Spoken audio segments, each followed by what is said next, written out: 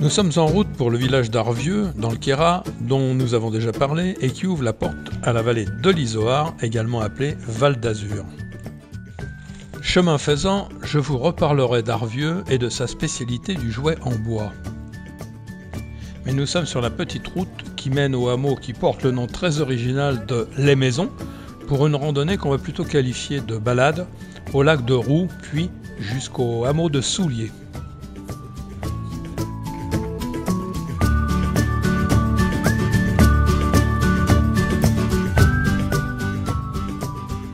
Cet itinéraire est un vrai régal par temps froid, plein sud, il y fait vite chaud. C'est une des rares balades à ne pas se contenter d'un fond de vallée, avec une vue dégagée et des formes douces, des panoramas, bref, l'idéal.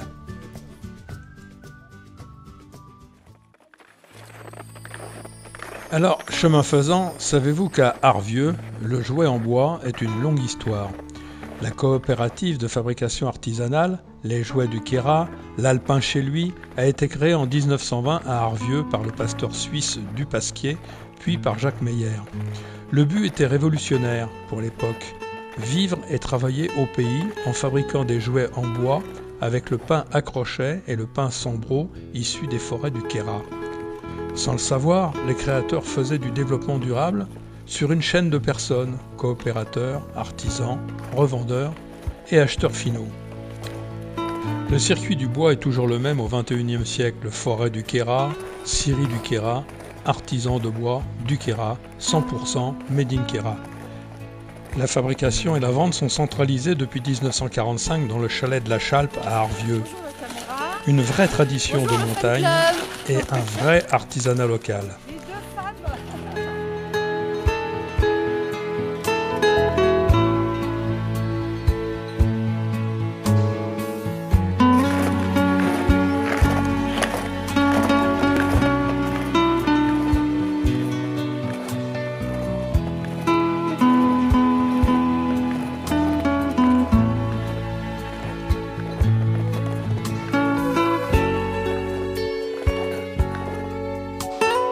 Nous sommes déjà au lac de Roux, à un peu moins de 1850 mètres d'altitude. C'est un incontournable du Queyras. Je vous en reparle après avoir vu les deux belvédères situés à proximité qui permettent d'avoir une vue superbe, panoramique, sur la vallée du Guil et la combe du Queyras. Ici, la vue sur le sommet bûcher et Fort Queyras.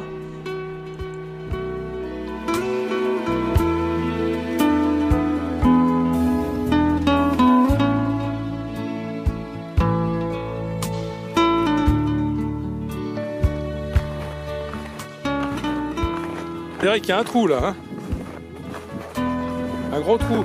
Et un peu plus loin, le village de Villard-Gaudin et la combe du Guil.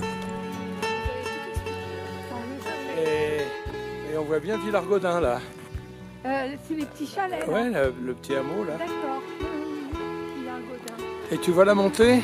Regarde, la montée le long du Guil là. Alors Là, dans le creux, dans le trou. ah oui, c'est parti. On aperçoit là-haut les alpages de Fontanty.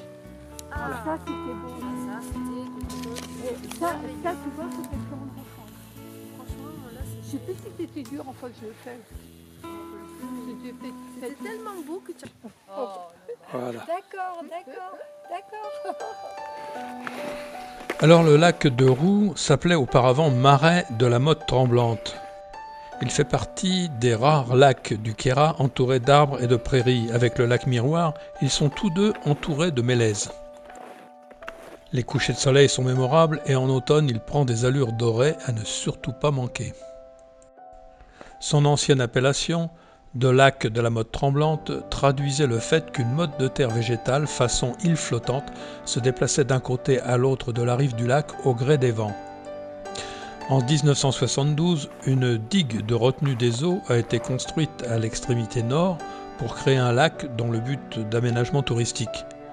Le lac est alors rempli dès 1973 par des eaux tirées vers 1950 mètres d'altitude dans le torrent de Soulier par l'intermédiaire du canal d'Arvieux. Allez, tout ça ce sont des foutaises, la vraie histoire du lac de Roux est la suivante. Il était une fois une fée qui veillait à la tranquillité du lac. Le roi des aigles, qui avait élu domicile à l'aiguille du Ratier, emporta dans ses serres les bêtes et oiseaux. Pour festoyer, il invita ses congénères rapaces. Avant le festin, ils allèrent s'admirer dans les eaux du lac. La fée, fâchée par le sort de ses protégés, rendit le lac éblouissant.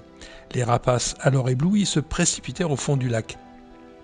Les cadavres mêlés de boue formèrent alors une petite île au milieu du lac, et l'action de la baguette magique d'une fée transforma donc un amoncellement de cadavres de méchantes bêtes mêlés de boue en une île recouverte de fleurs odorantes sur le petit lac.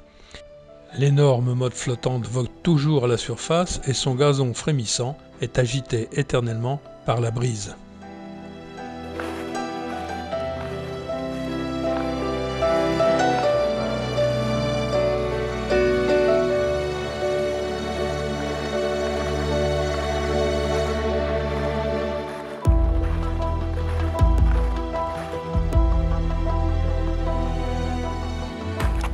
C'est de toute beauté.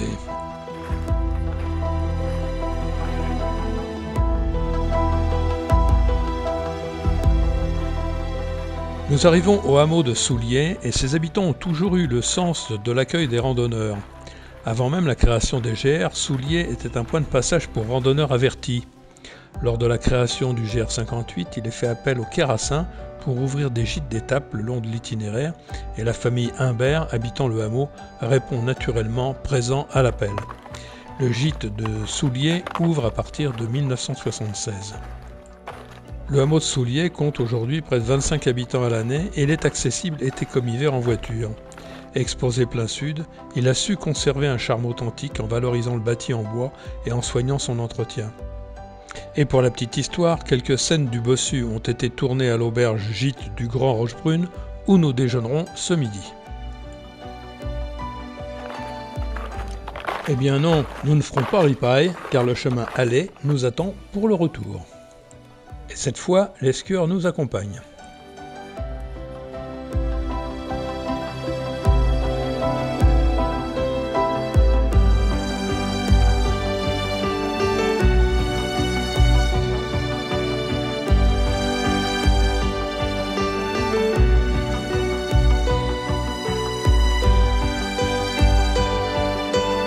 Alors l'arrivée est en bas.